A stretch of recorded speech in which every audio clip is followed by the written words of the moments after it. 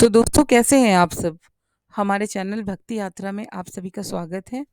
उम्मीद करती हूँ आप सब अच्छे होंगे और भगवान आप सबको भी अच्छा बनाए रखें। हम सभी के मन में कभी ना कभी ये बात तो आती है कि भगवान जो कुछ भी हमारे या दूसरों के साथ करता है, वो हर बार सही नहीं होता। भगवान हर बार जो फैसला हमारी ज़िंदगी के लिए लेता है, वो हमारी सोच के अनुसार सही नहीं होता। ऐसे में हम यह सोचते हैं कि अगर मैं भगवान होता या भगवान की जगह होता तो ऐसा नहीं होने देता, या फिर कुछ अलग करता, या सबकी ज़िंदगी में सिर्फ खुशियाँ और पैसे दे देता। इस दुनिया में अलग अलग धर्म के लोग हैं, और अपने धर्म के अनुसार हर किसी के अपने अपने भगवान और उनकी अपनी अपनी शक्तियाँ हैं। हर धर्म के लोग एक ऐसे शक्ति पर विश्वास रखते हैं जिसके बारे में उन्हें लगता है कि वही उनकी ज़िंदगी को चलाता है, वही उसके सुख दुख का हिसाब रखता है। लेकिन जब हमारी ज़िंदगी में बहुत तकलीफ़ें या मुसीबतें आती है, तो ऊपर वाले की करनी पर शक करने लगते हैं और ये सोचते हैं कि अगर हम उनकी जगह होते तो सब कुछ ठीक कर देते, दुनिया में खुशियाँ ले आते, लोगों की ज़िंदगी बदल देते या कुछ और। आज इस कहानी के ज़रिए आप ये सीखेंगे कि क्यों हमें ऊपर वाले की करनी पर शक नहीं करना चाहिए। तो चलिए इस कहानी की शुरुआत करते हैं। बहुत समय पहले की बात है। एक गांव में मनोहर नाम का एक व्यक्ति रहता था। वो गांव में रहकर छोटा मोटा काम करके अपना जीवन यापन करता। मनोहर भगवान पर बहुत विश्वास रखता था। गांव में जब भी किसी के साथ कुछ अच्छा होता तो वह मंदिर जाकर भगवान से हमेशा उस चीज के लिए धन्यवाद करता।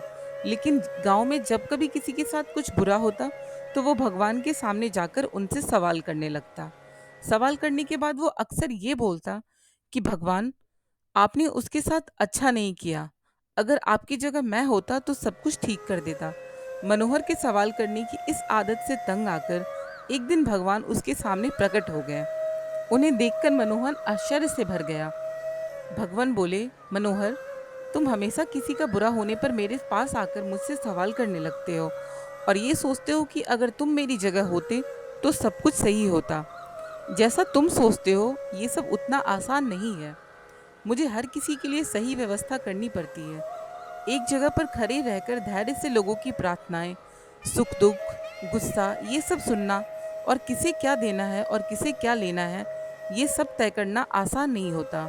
मनोहर बोला, प्रभु, आपका काम तो आसान ही है। आपकी तरह मैं भी दिन भर धैर्य के साथ एक जगह पर खड़े रहकर ये सब कर सकता हूँ।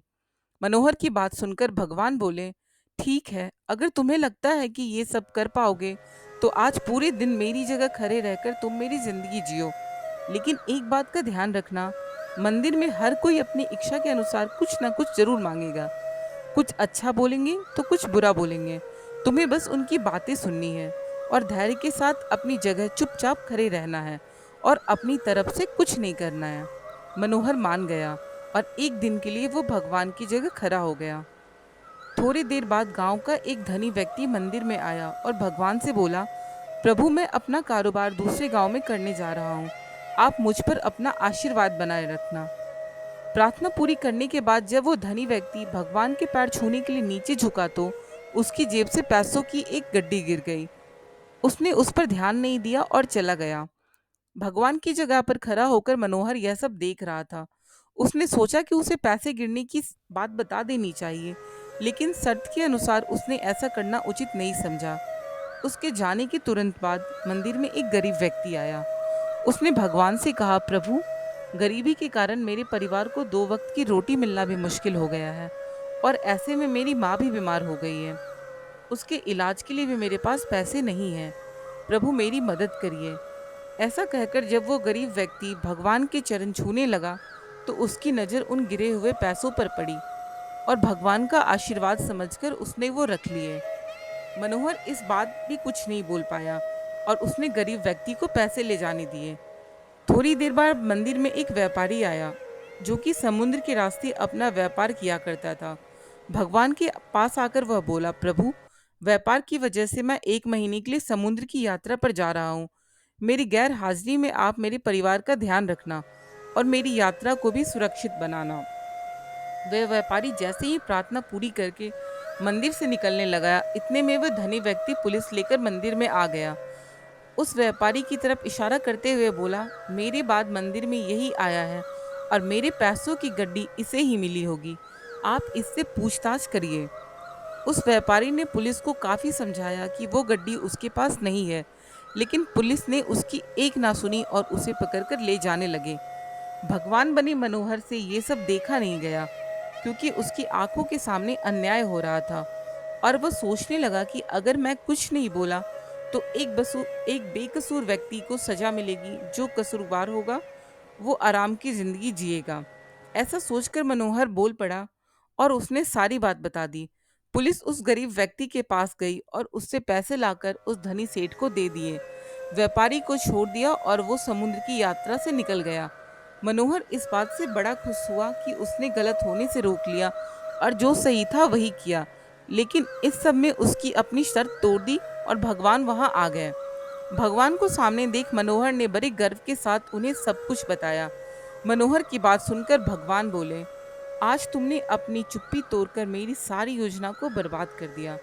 तुम्हें नहीं पता कि उस धनी व्यक्ति ने गलत कामों से बहुत सारा धन कमाया है। यदि उसमें से थोड़ा सा धन उस गरीब की मदद में लग जाता तो उस धनी व्यक्ति के पाप कम होते। और वही तुमने उस व्यापारी को समुद्र की यात्रा पर भेज दिया, जबकि कल समुद्र में तूफान आने वाला है, जिससे उस व्यापारी का जहाज डूब जाएगा और वह जीवित नहीं लौट पाएगा। अगर पुलिस उसे ले जाती तो वो समुद्र यात्रा में नहीं जा पाता और उसकी जान बच जाती।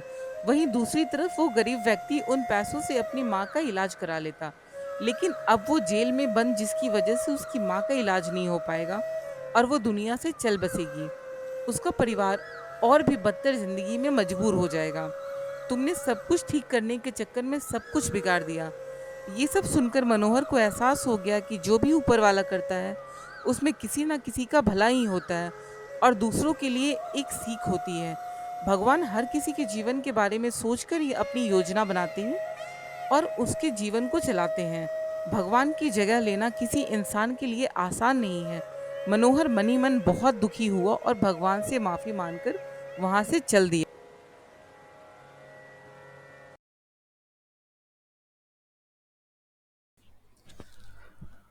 तो दोस्तों, हमने इस कहानी में देखा कि भगवान जो भी करते हैं वो हमारे भले के लिए करते हैं। तो दोस्तों, ऐसी ही कहानियाँ सुनने के लिए आप हमारे चैनल भक्ति यात्रा को सब्सक्राइब कर लीजिए। और अगर आपको कहानी पसंद आई है तो कमेंट में ज़रूर लिखिए। धन्यवाद।